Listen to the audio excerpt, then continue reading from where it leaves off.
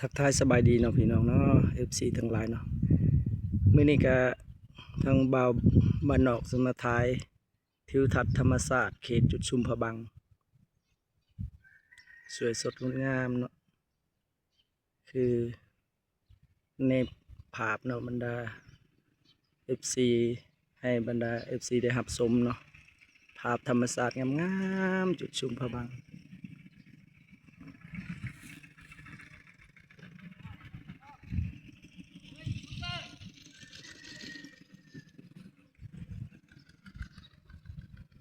ให้น้องคนมันเพิ่นไปหาเฮ็ดหัวเฮ็ดสวนธรรมศาสตร์สวยงามพี่น้องวิวธรรมศาสตร์ทิวทัศน์สวยงาม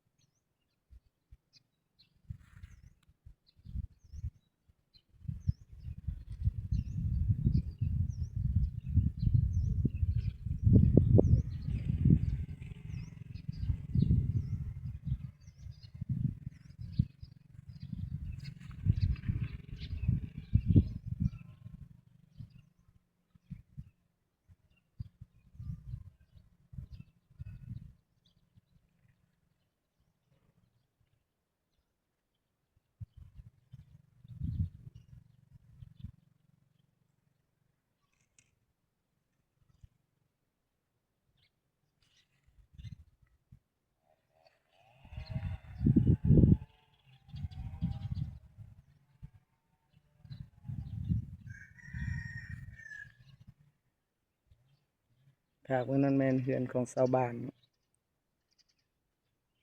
มีหลักเครือข่าย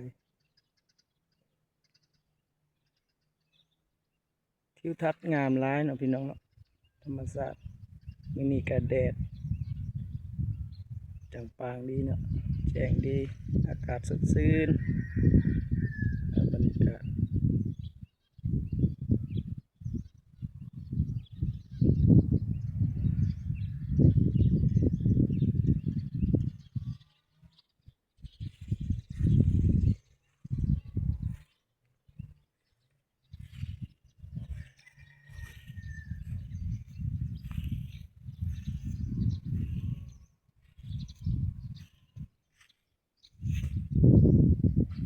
มีแต่เจยภูเนาะ